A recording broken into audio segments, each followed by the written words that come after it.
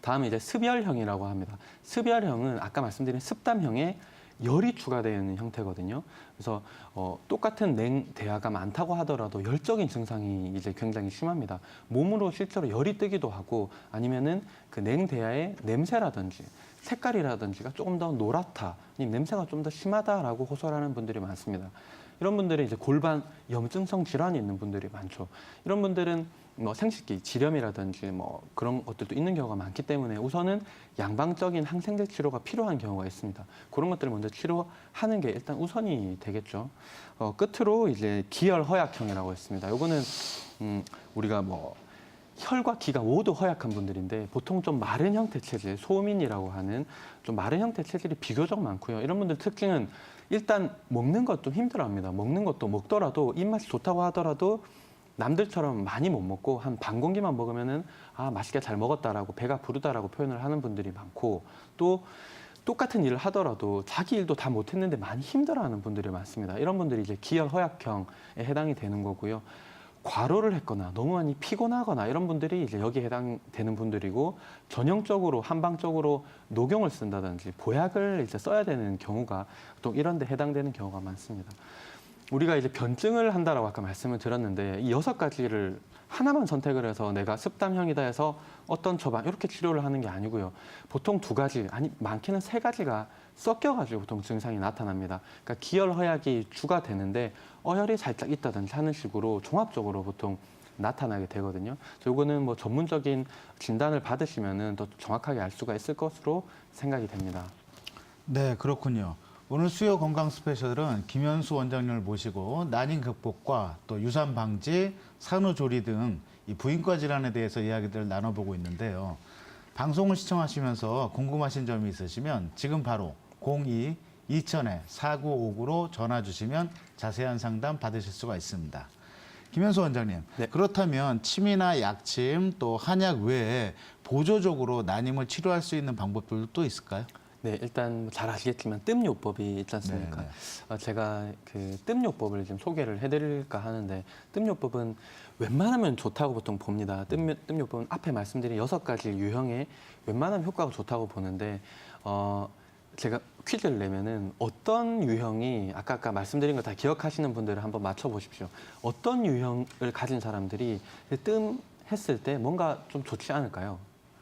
네, 잠깐 생각을 이제 해보시면은 답은 제가 조금 이따 말씀드리겠습니다. 우리가 뜸이라는 걸 쓰는 거는 일단 온열요법이 일단 주가 됩니다.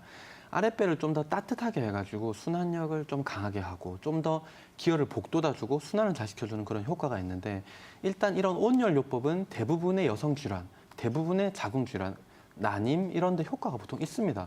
대부분의 여성분들이 아랫배가 차갑기 때문이죠. 근데 특별히 이제 아랫배가 별로 안 차가운 분들에게는 뜸요법을 쓰면은 도리어 안 좋은 경우도 분명히 있습니다. 어떤 경우가 있냐면 뜸을 했을 때 도리어 열이 막 오른다고 생각하는 분들이 있습니다. 그래서 뜸을 한 다음에 위쪽으로 막 상열감이 너무 심해져가지고 도리어 더 불쾌하다라고 표현을 하는 분들이 이제 있는데요. 이런 분들이 몸에 기본적으로 열이 너무 많은 분들은 순환이 안 된다기보다는 그 열을 꺼줘야 되는 경우가 있거든요.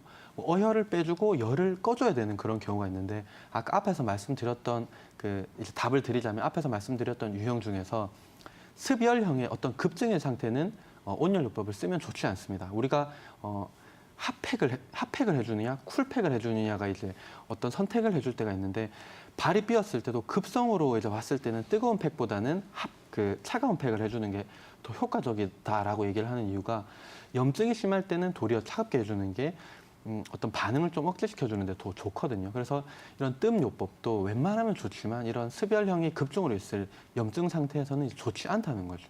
그 이외에 어떤 화상이라든지 뭐 2차 감염을 좀 주의해야 될 그런 상황이 있습니다. 그러니까 보통은 이제 집에서도 쓸 수가 있죠. 아랫배 쪽으로 좀 많이 뜸을 뜨면 웬만하면 좋은데요. 중국혈이나 관원혈에 해당되는 부분에 스티커 침으로 약간 따뜻하게 해주는 것들은 집에서도 할 수 있으니까 응용을 하시면 좋고 한의원에서는 좀 더 큰 뭐 왕뜸이라든지 좀 냄새가 안 나는 무연뜸이라는 것들을 사용해가지고 이제 아랫배를 좀 더 따뜻하게 해주시면은 도움이 이제 될 거라고 생각합니다. 네, 그렇군요. 그렇다면은 이 난임으로 한의원에 내원을 하시고자 하는 이런 그 부부들 또는 환자분들이 보통 난임 치료를 위해서 대략적으로 치료 기간을 얼마나 생각하고 내원을 하시면 좋을까요, 원장님? 네, 사실은 요새는 난임이라는 게 굉장히 큰 문제가 돼가지고 국가적으로도 지원을 많이 해주고 있는 상태입니다. 그래도 이제 금전적으로 많이 부담이 될 수밖에 없는 문제인데요. 의학적으로 시험관 시술을 하더라도 성공률이 사실 30%가 좀 넘기가 사실 힘듭니다. 그게 이제 근데 비용이 이제 뭐 1, 20만 원 하는 게 아니라 비용이 꽤 많이 되니까 또 통증도 굉장히 심하고 자궁과 난소가 사실 건강하지 않으면은 이걸 억지로 수정을 시켜가지고 착상을 시키는 데까지는 현대의학이 많이 발전을 했는데 그러고 나서 착상된 걸 유지해가지고 출산을 하기까지 만들기에는 자궁의 건강이 제일 중요한 거죠. 그래서 자궁이 과연 수정란을 잘 받아들여가지고 키울까 말까 하는 것들이 중요하기 때문에 이제 여성의 몸이 건강해야 그 시험관 아기 성공률을 높일 수가 있는 거거든요.